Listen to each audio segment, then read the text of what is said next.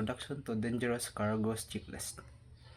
Dangerous cargoes in book include substances such as chemicals, oil, liquefied gases, and other hazardous materials. This cargo can cause fire, explosion, pollution, or health hazards if not handled properly. Because of this risk, ships must follow established safety checklists before loading, during transit, and before unloading. These checklists are required by international regulations such as the International Maritime Organizations under the SOLAS Convention and the MARPOL Convention. They help ensure the safety of the crew, the vessels, and the environment. Checklist prior to loading dangerous cargo. Before loading dangerous cargo in bulk, the crew must complete several import safety checks. First, the ship must confirm that it is properly certified to carry the specific dangerous cargo.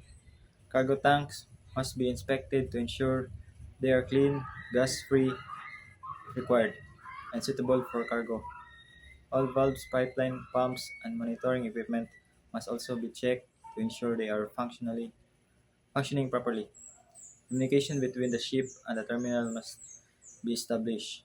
Safety equipment such as fire extinguisher, gas detectors, and emergency shutdown system must be ready. Warning sign and safety procedures should also be clearly posted for the crew. These steps help prevent accidents during the loading process. Checklist while in transit. While the chief is transporting dangerous cargo, continuous monitoring is required.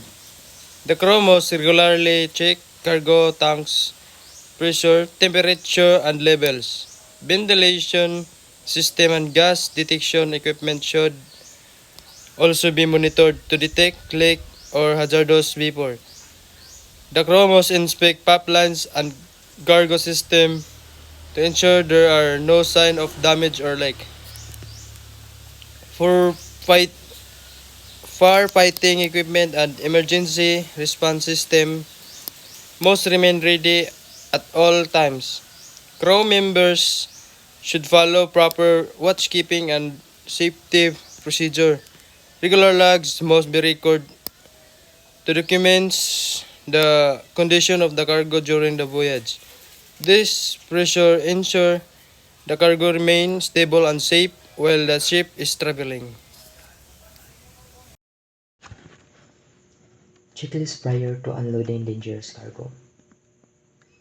Before unloading dangerous cargo at the destination port, another set of safety checks must be completed. The ship must establish communication with the port terminal and confirm the unloading plan. Cargo pumps, pipelines, valve and monitoring instrument must be inspected again. Emergency shutdown system should also be tested. Crew member must wear appropriate personal equipment such as gloves, helmet, and chemical suit if required. The area around the cargo tanks should be secured to prevent unauthorized access by pirating and spill response. Equipment must also be ready in case of emergencies. These checks help ensure the safe transfer of dangerous cargo from ship to shore. Conclusion. In conclusion, checklists play a vital role in the safe handling of dangerous cargoes in bulk. By following procedures before loading, during transit, and before unloading, ships can reduce the risk of accidents, pollution, and injuries. These established safety practices help protect the crew, the vessels, the facilities, and the marine environment. Strict compliance with the international maritime regulations ensures that dangerous cargo transportation remains safe and efficient. That's all. Thank you.